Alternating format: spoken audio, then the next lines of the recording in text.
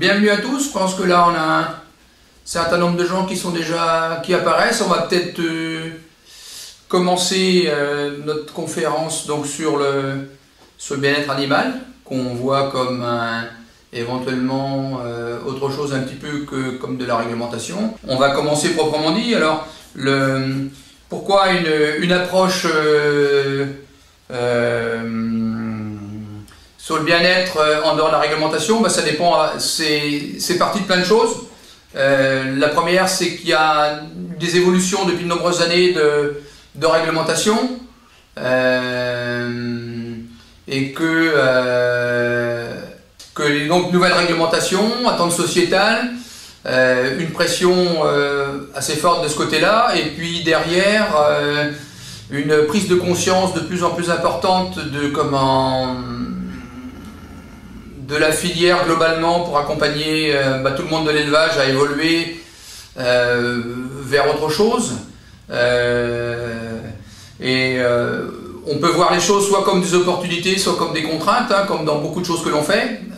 L'idée pour nous aujourd'hui, c'est d'essayer d'aller vers montrer qu'on est plutôt sur de l'opportunité que de la contrainte. Tout ce qui nous amène aujourd'hui, en fait, c'est ma passion du cochon de plus de 35 années qui m'ont amené à voir les choses d'une façon différente au fil du temps. Il y a 15 ans, je vous dirais, j'aurais peut-être pas dit les mêmes choses.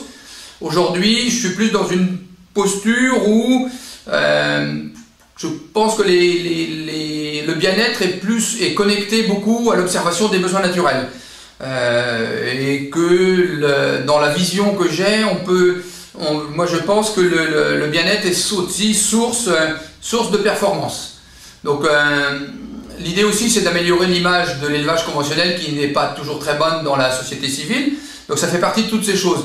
Donc la façon dont on va aborder les choses cet après-midi, je vais commencer par une première approche de resituer le contexte du besoin naturel du cochon, et puis prendre 2-3 exemples d'applications pour avancer et étayer les choses. Et puis derrière, donc, interviendra un spécialiste de l'automatisation de l'alimentation canadienne dans un deuxième temps.